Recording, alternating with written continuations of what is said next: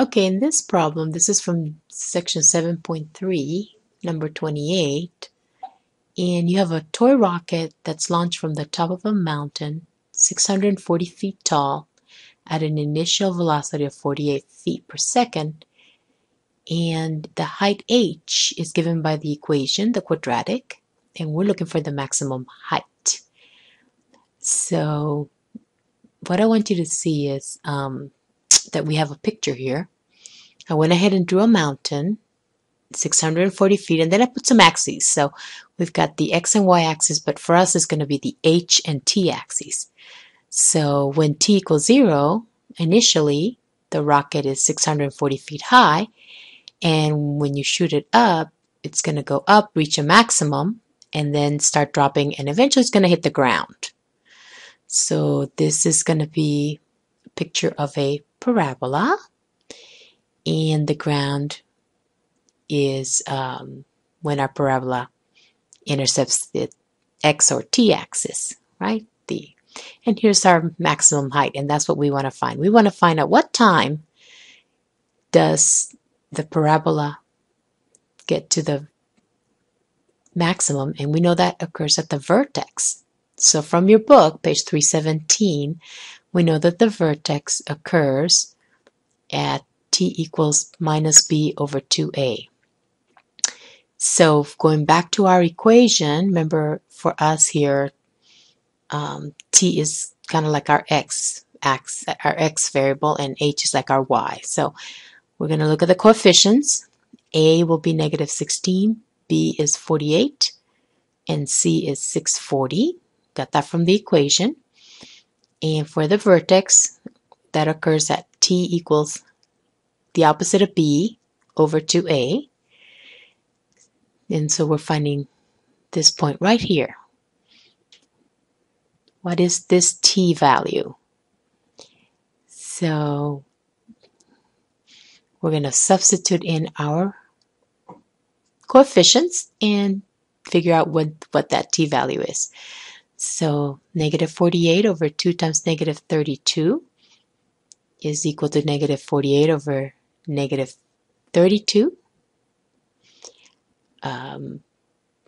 The two negatives are going to cancel, and we can reduce a 16 out of both of these. So we end up with 3/2 or 1.5 seconds. So when the rocket has been flying for 1.5 seconds, it reaches its maximum, and then it starts to drop. So now to find what the height is, the actual maximum height is of the rocket, we're going to substitute in t equals 1.5 into our quadratic equation. So notice that's what I've done here. I've just plugged in the 1.5 where the t is. And now I'm going to show you using our calculator 2 different ways that you can evaluate this. So here's our calculator. And the first thing we can do, of course, is type in negative 16 times 1.5, use that square key, plus 48 times 1.5 plus 640. Then hit enter, and we get 676. So our maximum height, h, is 676 feet. And we just use the calculator to find that. But now I want to show you a different way that we can use our graphing calculator. So what we're going to do is we're going to use this y equals button here. Let me move the calculator over here so that we have our equation.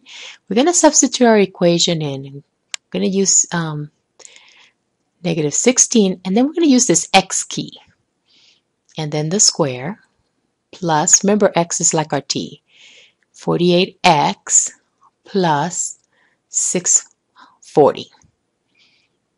Okay, so there's our equation. And now we're going to use this table key that's over here in the corner. You're going to need to use the second key. And you should see a table of values. Now notice that my x's are going up by ones, you can tell here with the y values that my maximum is going to occur somewhere between 1 and 2. So let's change these values here. We're going to have our x start at 0, and see this little triangle table?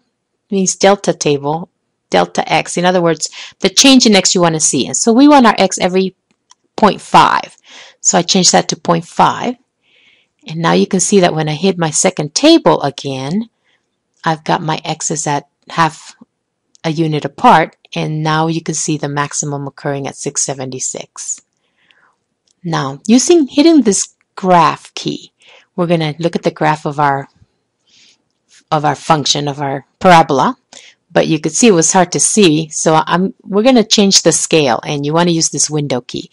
So we're going to let x go from 0 to, let's try about 10. We're going to use that half scale for x that we used earlier. Now you know our h, which is our y here, goes all the way up to at least 676. So let's use 700 as our max. And for a scale there, how about if we use 100? So every 100. Okay, now click that graph button again, and now you can see our beautiful parabola here.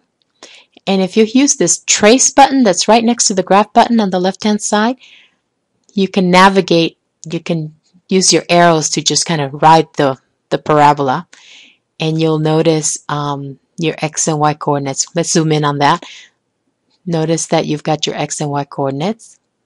Okay, this is interesting. You see that when between x equals 7 and 8 is when the parabola crosses the x-axis. So that's when the rocket reaches the ground. So let's find it more exact. We're going to now use algebra to find exactly how many seconds before that rocket reaches the ground. And for that, h is 0. The height is 0 when the rocket's at the ground. So we're going to substitute 0 equals negative 16 t squared plus 48 t plus 640. And we're going to solve that with some algebra.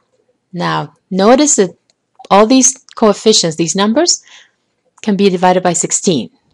So we're going to do that just to make the problem a bit simpler, smaller numbers to deal with. So that's going to give me negative t squared plus 3t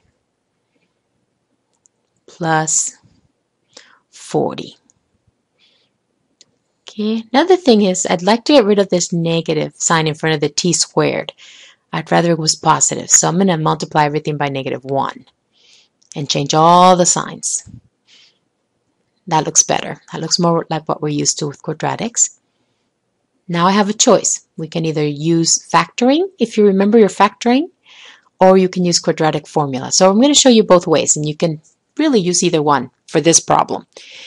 So we're going to factor the trinomial here. Factors like t minus 8 times t plus 5. And then set each of these factors equal to 0. And we're going to solve for t. Now, if you don't remember your factoring, don't worry, because I'll show you the quadratic formula, and that's what you should know for your test. Okay, so notice how I solve for t. Now remember, t is the number of seconds that the rocket's been flying, so negative 5 makes no sense. So 8 seconds after you launch that rocket, it hits the ground. Okay, now let's try it now with the quadratic formula. Okay, and you should have your quadratic formula handy in your notes. I'm rewriting here the quadratic. Remember, a is the coefficient of t squared, so it's a 1. b is the coefficient of t, so it's negative 3. And c is the constant, negative 40. Take the signs with them. Now, for the quadratic formula, we need the opposite of b. Negative b, which means the opposite of b. So this will be a positive 3 plus or minus square root of b squared minus 4 times a times c.